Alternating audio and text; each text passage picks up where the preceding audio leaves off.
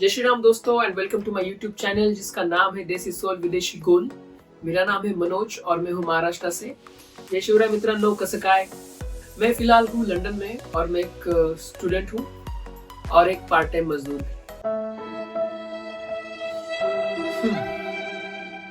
छोड़ो, कोई बात नहीं। तो इस वीडियो में मैं आपको बताऊंगा कि आप कैसे यूके में आ सकते हो एज अ स्टूडेंट और उसके लिए टोटल प्रोसेस क्या क्या लगेगी, टोटल डॉक्यूमेंट्स क्या क्या लगेंगे, टोटल टाइम कितना लगेगा और सबसे बड़ी बात टोटल खर्चा कितना होगा। तो वीडियो एंड तक जरूर देखना क्योंकि it's a really informative video. And चलिए गणपति बप्पा का नाम लेके हम शुरू करते हैं।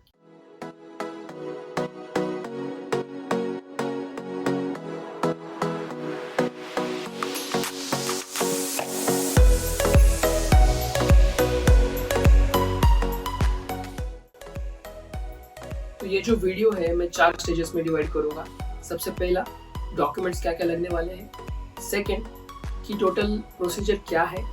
थर्ड, टोटल टाइम कितना लगेगा। और फोर्थ, टोटल खर्चा कितना होगा। तो चलिए दोस्तों शुरू करते हैं कि डॉक्यूमेंट्स कि आपको क्या क्या डॉक्यूमेंट्स एज स्टूडेंट यूके में आने के लिए लगेंगे। तो सबसे पहला डॉक्यूमेंट आपको पता ही है, passport. You must have a valid passport. Okay. Second है आपका टोटल स्टडी या फिर एजुकेशन सर्टिफिकेट्स, जैसे कि 10th 12th मार्कशीट। अगर आप मास्टर्स के लिए आ रहे हो तो total degree certificates semester wise लगेंगे वो भी। और अगर आप बैचलर्स के लिए आ रहे हो तो 10th and 12th का सर्टिफिकेट लगेगा। उसके बाद आपको लगेगा एक्सपीरियंस या फिर गैप लेटर। अगर मास्टर्स के लिए आ रहे हो और आपका एक्सपीरियंस है तो वो एक्सपीरियंस लगेगा। और मास्टर्स और बैचलर्स के बीच में अगर कुछ गैप है तो वो गैप सर्टिफिकेट भी आपको चाहिए, तो वो भी लेके आना। उसके बाद लगेगा आपको LOR, लेटर ऑफ रिकमेंडेशन। ये मिलता है आपको आपके टीचर्स से। आपको 2 LOR तो भी लेने पड़ेंगे अलग अलग टीचर से, so keep that in mind as well. उसके बाद आएगा SOP, it's a statement of purpose, कि आप क्यों किसी यूनिवर्सिटी या फिर यूके में पढ़ने आना चाहते हो, तो ये भी लगेगा। उसके बाद आएगा आपका TB test. So TB test I would recommend कि अगर अप्लाई कर रहे हो तो पहले ही निकाल लो। आप बाद में निकालोगे तो भी चलेगा, लाइक कास्ट के टाइम या फिर वीजा एक्सेप्टेंस के टाइम। कास्ट के टाइम भी लगेगा ही आपको, तो आई गेस पहले ही निकाल लो। उसके बाद आपको लगेगा आपके बैंक स्टेटमेंट्स रेडी रखना पड़ेगा। अगर आप अप्लाई करने का सोच रहे हो तो ऑलरेडी एक फंड, जो भी मैं आपको आगे जाके बताऊंगा, वो उतना फंड आपके बैंक में होना चाहिए और उसका स्टेटमेंट एटलीस्ट 28 डेज ओल्ड चाहिए आपको। So keep that in mind as well. और सबसे बड़ी बात, most of the universities around 90% ही पकड़ लो, उनको IELTS या फिर English proficiency test like TOEFL, PET, IELTS, ये चीज़ें लगेंगी ही लगेंगी। तो ये एग्जाम्स आपको देने पड़ेंगे, ये सर्टिफिकेट लेने पड़ेंगे। मगर देयर आर सम यूनिवर्सिटीज जो आपको MOI पे भी एडमिशंस देते हैं। जी हाँ दोस्तों, MOI means medium of instructions, यानी कि आपकी जो स्कूलिंग है वो इंग्लिश में हुई है। इसका एक सर्टिफिकेट आपको आपकी यूनिवर्सिटी या कॉलेज से मिल जाता है। तो अगर आपके पास MOI भी है सो फिर भी आपको एज अ स्टूडेंट एडमिशन मिल सकता है। तो ये रही document list. So keep that in mind कि ये डॉक्यूमेंट्स आपको चाहिए। तो दोस्तों जैसे ही आप ये सारे डॉक्यूमेंट्स कलेक्ट कर लेंगे, इसके बाद आती है हमारी स्टेप बाय स्टेप प्रोसेस। तो ये स्टेप्स है टोटल 4। पहली स्टेप है यूनिवर्सिटी एप्लीकेशन, ठीक है। सेकेंड स्टेप है ऑफर लेटर जो आपको यूनिवर्सिटी से आएगा। थर्ड स्टेप है CAS, it's called as of acceptance for studies, okay. और चौथी प्रोसेस है वीजा प्रोसेस। तो चलिए इन चारों प्रोसेस को डिटेल में जानते हैं। तो आपकी पहली स्टेप है यूनिवर्सिटी शॉर्टलिस्ट करना और अलग अलग यूनिवर्सिटीज को अप्लाई करना, ठीक है। और सेकंड जो स्टेप है यूनिवर्सिटी ऑफर लेटर। ये दोनों स्टेप सब जो है कनेक्टेड है। जैसे ही आप अलग अलग यूनिवर्सिटीज को अप्लाई करोगे उनकी तरफ से आपको एक ऑफर लेटर आएगा, पर वो ऑफर लेटर जो है वो रहेगा कंडीशनल। हर किसी को अनकंडीशनल ऑफर लेटर नहीं आता, there is very rare case. पर जब कंडीशनल लेटर आता है तो उसमें आपको एक कंडीशन मिलेगी, जैसे कि आपका कोई डॉक्यूमेंट मिसिंग है या फिर मोस्ट ऑफ द टाइम वो जो बोलते हैं कि 50% यूनिवर्सिटी फी पे करो, ठीक है। तो इन कंडीशंस को आपको पूरा करना पड़ेगा, जिसके लिए आप इसके बाद आप जाओगे अगली स्टेप। दोस्तों अगली स्टेप में जैसे ही आप यूनिवर्सिटी का 50% पेमेंट करते हो और जो भी डॉक्यूमेंट्स उनको नीड थे वो देते हो, उसके बाद होगा आपका यूनिवर्सिटी इंटरव्यू। मेरा हुआ था। तो यूनिवर्सिटी इंटरव्यू में आपको वो बेसिक क्वेश्चंस करेंगे, जैसे कि इससे पहले क्या करते थे, पढ़ाई कहाँ तक हुई है, बेसिक क्यों आना चाहते हो इस यूनिवर्सिटी में, अगर आपका एक्सपीरियंस है तो आपके एक्सपीरियंस के बारे में पूछेंगे। एक बेसिक इंटरव्यू होगा आपका, और उसके बाद इंटरव्यू होने के बाद कुछ दिनों में आपका अनकंडीशनल लेटर आ जाएगा। तो हमारी प्रोसेस यहाँ तक समझ में आ गई होगी आपको कि जैसे आप यूनिवर्सिटी को शॉर्टलिस्ट करोगे, एप्लीकेशन करोगे, उसके बाद उनका ऑफर लेटर आएगा, वो भी कंडीशनल रहेगा, और उसके बाद जो भी कंडीशन है आप पूरी करोगे, इंटरव्यू होगा और आपका आएगा अनकंडीशनल लेटर। ठीक है। सो दोस्तों, जैसे ही आपका अनकंडीशनल आ जाता है तो आप एलिजिबल हो जाते हो कास्ट के लिए अप्लाई करने के लिए। तो जैसे ही आप अनकंडीशनल आएगा, आप कास्ट को अप्लाई करने जाओगे, वो आपको उस टाइम पे मांगेंगे आपके bank statements. So bank statement आपके 28 डेज ओल्ड होने चाहिए, और इस बैंक स्टेटमेंट में आपको टोटल फंड शो करना पड़ेगा। टोटल फंड यानी अगर 50% फी आपने पहले पे कर चुके हो तो बची हुई 50% और आपका ईयरली एक्सपेंस।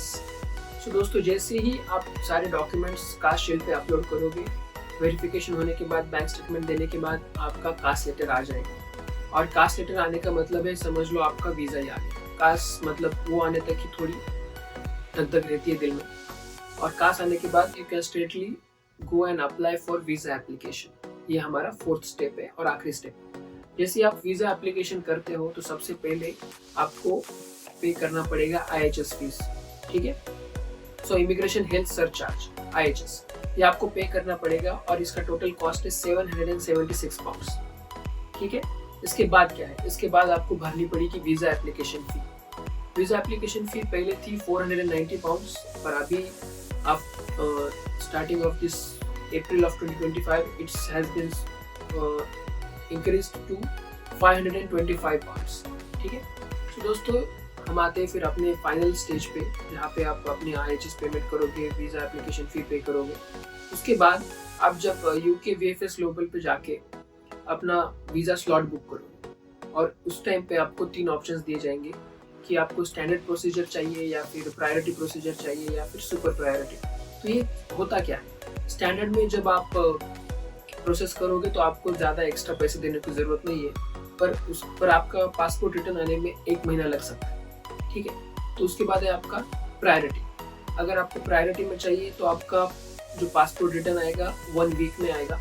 ठीक है। पर उसके लिए आपको 500 पाउंड एक्स्ट्रा देने पड़ेंगे। ठीक है। उसके बाद आता है आपका सुपर प्रायोरिटी। सुपर प्रायोरिटी में आपको 1000 पाउंड ज़्यादा देने पड़ेंगे। ठीक है। पर आपका जो पासपोर्ट है 1 से 3 दिन में आ जाएगा। सो डिपेंड्स ऑन यू, आपको कौन सी पहले लेनी है। तो जैसे ही VFS ग्लोबल का आप स्लॉट बुक करोगे, आप VFS ग्लोबल पे जाओगे, अपने पूरे डॉक्यूमेंट स्कैन करोगे, वहाँ पे वो आपके डॉक्यूमेंट स्कैन करवा के आपका पासपोर्ट ले लेंगे, और डिपेंडिंग ऑन योर प्रायोरिटी या सुपर प्रायोरिटी या फिर स्टैंडर्ड, आपका पासपोर्ट स्टैम्प होके वापस आ जाएगा। और उसके बाद क्या है, वेलकम टू UK। यही प्रोसेस है पूरी। तो ये स्टेप बाय स्टेप प्रोसेस मैंने आपको बता दी है। सो हम आते हैं अपने अगले पड़ाव की ओर, जो है टोटल टाइम कितना लगेगा। सो दोस्तों, मैंने कंसल्टेंसी थ्रू अप्लाई किया है, और मुझे मात्र 1.5 से 2 महीने लगे हैं बस, क्योंकि मेरे सारे डॉक्यूमेंट्स अवेलेबल थे और उनको बस डॉक्यूमेंट्स अपलोड करना था और यूनिवर्सिटी की रिप्लाई आने तक वेट करना था। तो मुझे बस 1.5 से 2 महीना लगा है। और if you are going from an consultancy, be sure it's a trustable, क्योंकि आप किसी फ्रॉड में भी फंस सकते हो। So keep that in mind. So मैंने जैसे ही कंसल्टेंसी थ्रू अप्लाई किया, उन्होंने मेरे प्रोसेस 1.5 से 2 महीने में कर दिए। So it's really easy process. ठीक है। सो अगर आप भी कंसल्टेंसी थ्रू जाना चाहते हो तो ज़रा ध्यान दीजिएगा, अच्छी कंसल्टेंसी चूज़ कीजिएगा। और मोस्ट ऑफ द कंसल्टेंसीज आपको एनरोलमेंट फ़ी या फिर कंसल्टेंसी फ़ी मांगती नहीं, क्योंकि UK को जब आप स्टूडेंट पे प्रोसेस करते हो किसी कंसल्टेंसी थ्रू, तो उनको जो कमीशन है वो यूनिवर्सिटी से मिल जाता है। ठीक है। आपके फीस में से मिलेगा या फिर कुछ उनका जो भी कनेक्शन रहेगा वो, तो आपको कोई भी एनरोलमेंट फ़ी या देने की ज़रूरत नहीं है। सो keep that in mind, choose wisely, अच्छी कंसल्टेंसी चूज़ करो, उनके थ्रू अप्लाई करो, और कोई एनरोलमेंट फ़ी मत देना। ठीक है। सो गाइज, हम आते हैं अपने आखिरी पड़ाव की ओर, जो है कि टोटल खर्चा कितना लगेगा मेरा भाई। सो गाइज, अगर आपकी कॉलेज फीस 15 लाख रुपए है, और उसमें से आप समझ लो 30 या 50% पे करते हो कॉलेज को, समथिंग अराउंड से आपने 7 लाख रुपए पे कर दिए कॉलेज को। ठीक है। 7 लाख पे करने के बाद बची आपकी 8 लाख फीस। ठीक है। और उसके अलावा आपको आपका लिविंग एक्सपेंस शो करना पड़ेगा पर ये सारी चीज़ें जो 8 लाख बची हुई फीस है और जो लिविंग एक्सपेंस है आपको बैंक अकाउंट स्टेटमेंट में दिखाना पड़ेगा, जो कि 28 डेज ओल्ड होने चाहिए। पर जैसे आप ये स्टेटमेंट शो करते हो उसके बाद आप ये पैसा निकाल भी सकते हो, so not to worry about that. पर जैसे कि आपने 7 लाख पहले पे कर दिए, उसके बाद का जो अलग से जो एक्सपेंसेस है आपका वो है IHS, आपकी वीज़ा एप्लीकेशन फ़ी और फिर आएगा आपका थर्ड फ्लाइट टिकट। सो ये जो तीनों चीज़ें हैं 2 लाख रुपए में हो जाती है। ठीक है, जैसे कि आपने अपने हाफ पे कर दी फीस 7 लाख रुपए और 2 लाख रुपए आपकी हो गए IHS, वीज़ा फ़ी और फ्लाइट टिकट्स 2 लाख। तो 7 और 2 9 लाख में आपका टोटल प्रोसीजर हो जाएगा गाइस। 9 लाख में आप UK में खड़े हो सकते हो, लंदन में खड़े हो सकते हो। सो यही है total expense. I hope guys कि आपके डाउट अभी क्लियर हो गए होंगे कि टोटल डॉक्यूमेंट्स क्या लगेंगे, total step by step process कैसी है, टाइम, कॉस्टिंग, मैंने सब चीज़ें इस वीडियो में बता दिया है।